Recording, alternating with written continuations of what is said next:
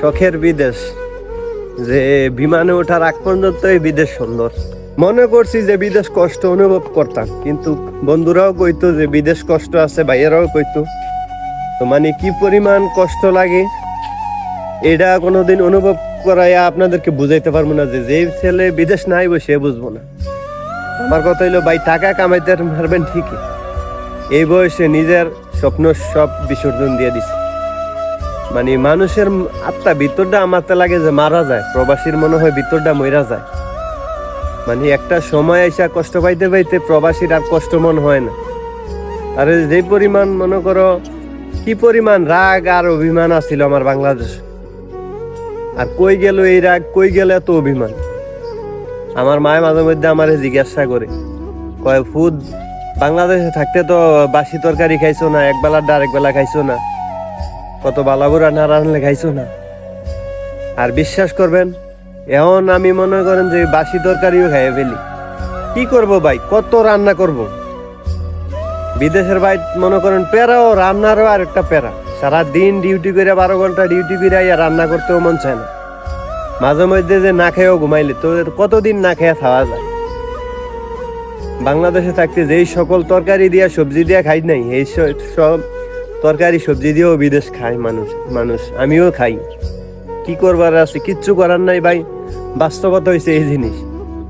তো এই কারণে কইছি যে বিদেশ সুন্দর শুধু বিমানে ওঠার আগ পর্যন্ত। যখন বিমানে উঠবেন ওই সময় অসহায় মনে হইব। যখনই এই দেশে আইয়া দেখবেন যে মা বাবা আত্মীয় স্বজন পরিবার কেউ নাই, তখন আরো বেশি অসহায় মনে হইব। মানে কি একটা সময় আসিল যে বাংলাদেশে যখন ছিলাম, যে মা বাবারে কইতাম কেবল বিদেশ পাঠানো কি আরে, মানে কি হান্ডি ভাতিল বেড়ানো শুরু করতাম যে তাড়াতাড়ি আমার পাসপোর্ট করে বিদেশ পাঠাও। পাসপোর্টটা ভাইয়া বন্ধু বান্ধব সকলের লগে আলাপ করলাম যে বন্ধু পাসপোর্ট পাইছি।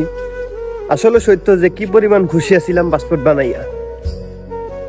কিন্তু যখন বিমানে উঠলাম, বাংলাদেশের ইমিগ্রেশন খরচ করে বিমানে উঠলাম, তো ওই মুহূর্তে মনে হইলো যে মা বাবা ভাই বোন আত্মীয় স্বজন সবাই আছে, তারপরেও সবচেয়ে বেশি অসহায় মনে হইছে যে বাংলাদেশের ইমিগ্রেশন খরচ করে বিমানে যে সময় উঠলাম, ওই সময়ের মুহূর্ত যাইছে যে আমার মতে প্রত্যেকটা ছেলের জন্য কষ্টের মুহূর্ত।